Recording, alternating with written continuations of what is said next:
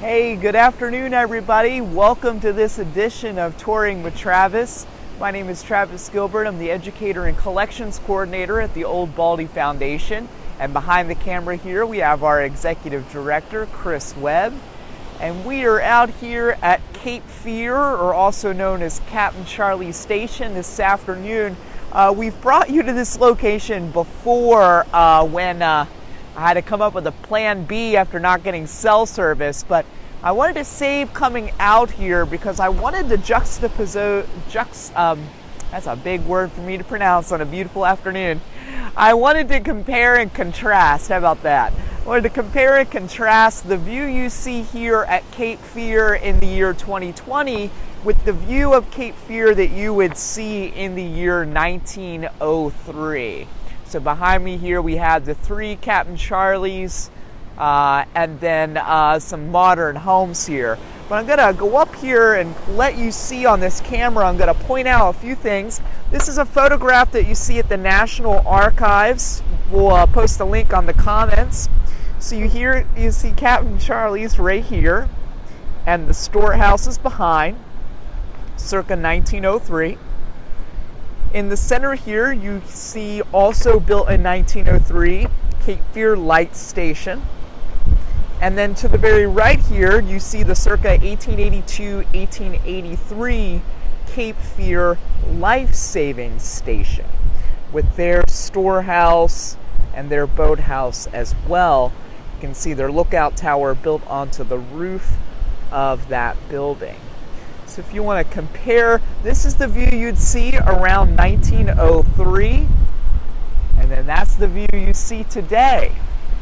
So what is missing? Well, first of all, in Captain Charlie's, you have missing one of the storerooms. You notice there's just one storeroom. There would have been three in the year 1903. There are three depicted on this picture. So one nearly identical to that storeroom you see in between Captain Charlie's 1 and Captain Charlie's 2 would have been in between Captain Charlie's 2 and Captain Charlie's 3. An identical storeroom in between those other two cottages. But for all intents and purposes, the cottages in this picture from 1903 and the cottages today look roughly the same.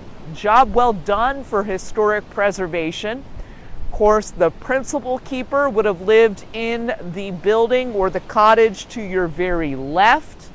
That is known as Captain Charlie's 1. That is where Captain Charlie, the principal keeper, lived from 1903 to 1933. And then you have two assistant keepers' cottages.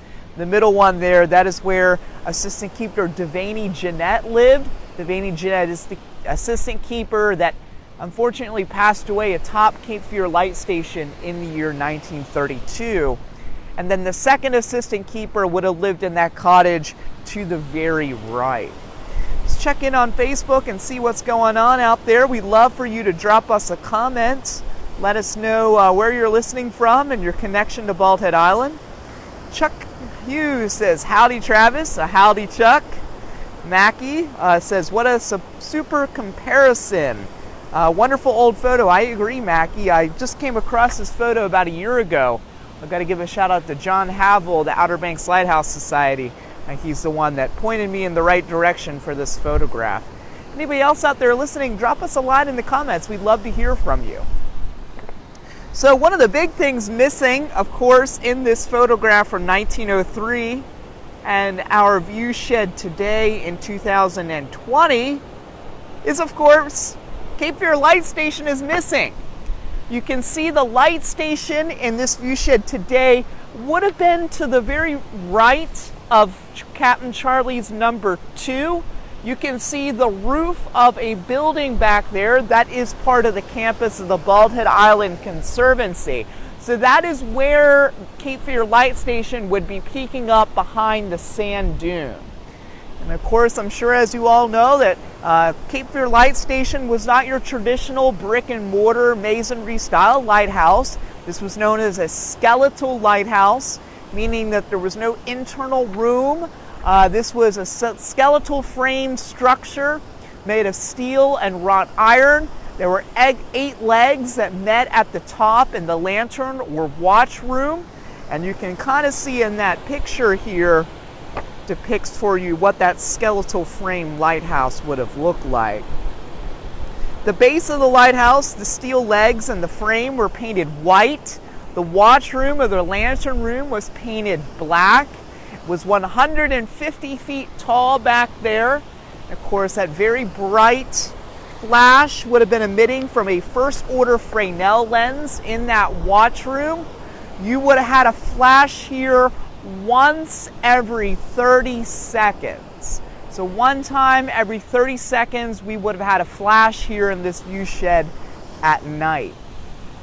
Now another major thing that is missing from our view shed today when you compare it to this view shed in 1903 is that life-saving service station there to the very right.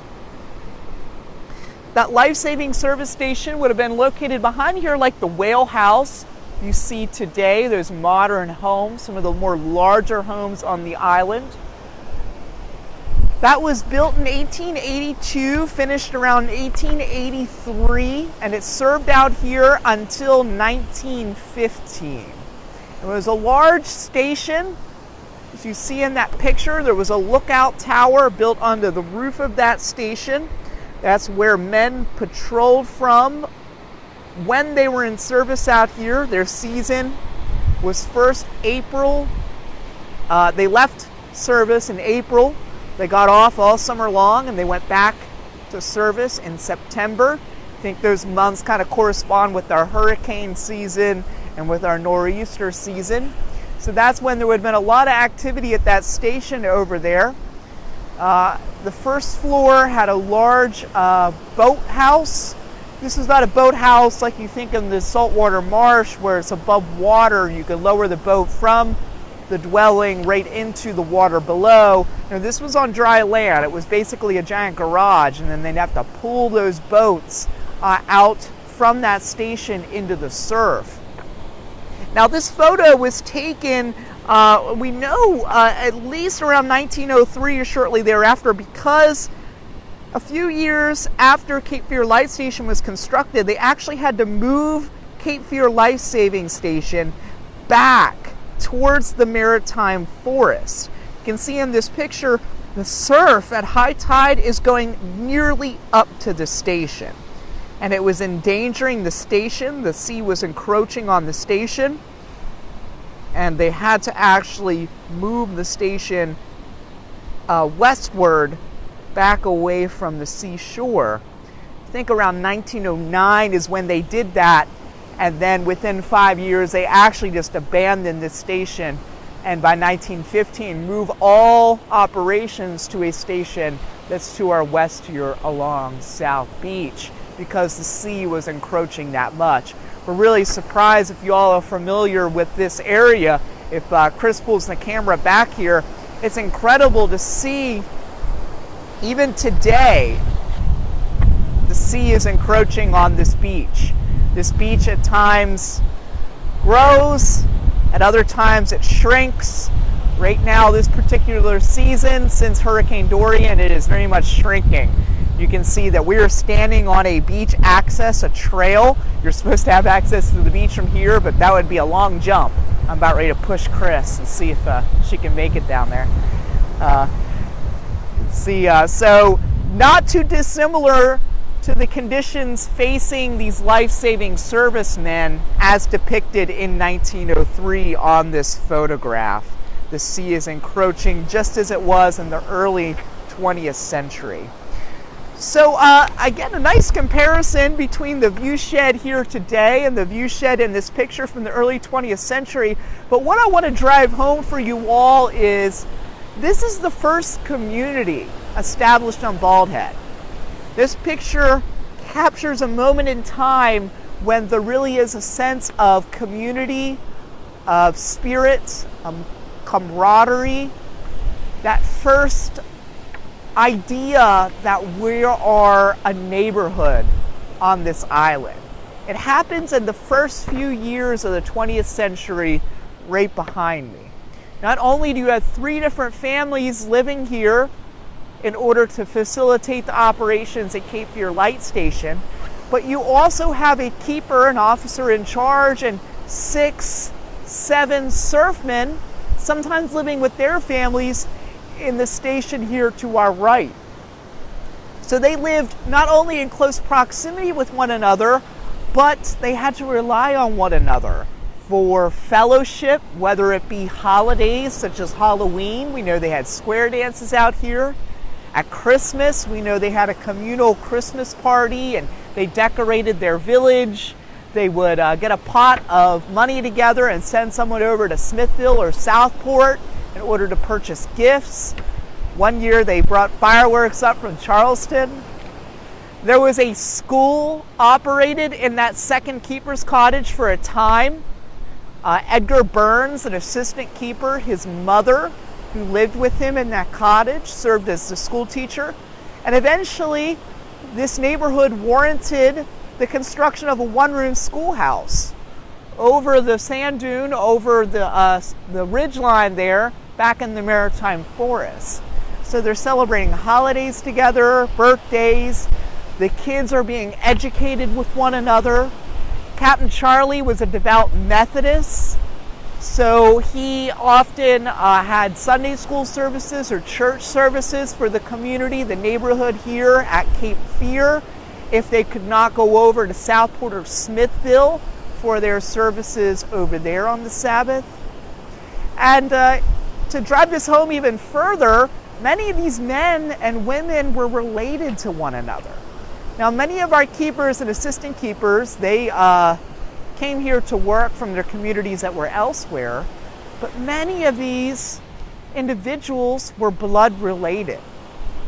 John L. Watts, who's serving as the officer at Cape Fear Light Station in this photograph, he employed Captain Charlie in that same station when Captain Charlie was a child, when he was a teenager. So they knew one another for decades. Captain Charlie's second wife served as a nurse for the station out here at one point. The wife of John L. Watts was the sister-in-law of one of Old Baldy's lighthouse keepers. All interrelated with blood and through marriage. And that even further instilled this sense of neighborhood, of an extended family, of a community out here at Cape Fear. So the nucleus of our idea of our community and our neighborhood on Bald Head Island today, its roots, its origins are depicted in this photograph in this neighborhood or community out here at Cape Fear, established around the year of 1903. Let me check in here on Facebook one last time. Chuck, I remember back in the early 80s when we visited Oak Island, at low tide you could walk a long way out on the beach to get to the water. Nowhere like, no one like today, not like today. Absolutely, Chuck. It's kind of incredible. Chuck, I'll let you know, just last year before Hurricane Dorian, this was not the case. It was quite a beach strand to get out to the ocean. So that just shows you that how different, how dynamic barrier islands are, for sure. So this view shed would have changed a lot over the past 100 years between this photograph and what we see today. And Brent is saying, looks like a pretty day out there. Can't wait to get back out there. Well, Brent, we're looking forward to the day you can rejoin us here on Bald Head Island. So thank you, folks. We'll get one more close-up of this photograph, and then we'll take another shot of what the view shed looks like today. Tomorrow we'll be back at 10 o'clock for an edition of Quarantine Collections. Then again in the afternoon, an edition of Touring with Travis. And also one other shout out, I'll let you know that we're having another one of those virtual historic happy hours on May 20th at 5 o'clock. It's a Wednesday evening. We're having two guest speakers. John and Aida Havel from Cape Hatteras are going to be joining us as our guest presenters. And they are going to be presenting on some other famous photographs taken around the same time period on Bald Head Island. But those depict the community that was around Old Baldy Lighthouse and one of our most famous keepers, and that is, of course, Sonny Dozier.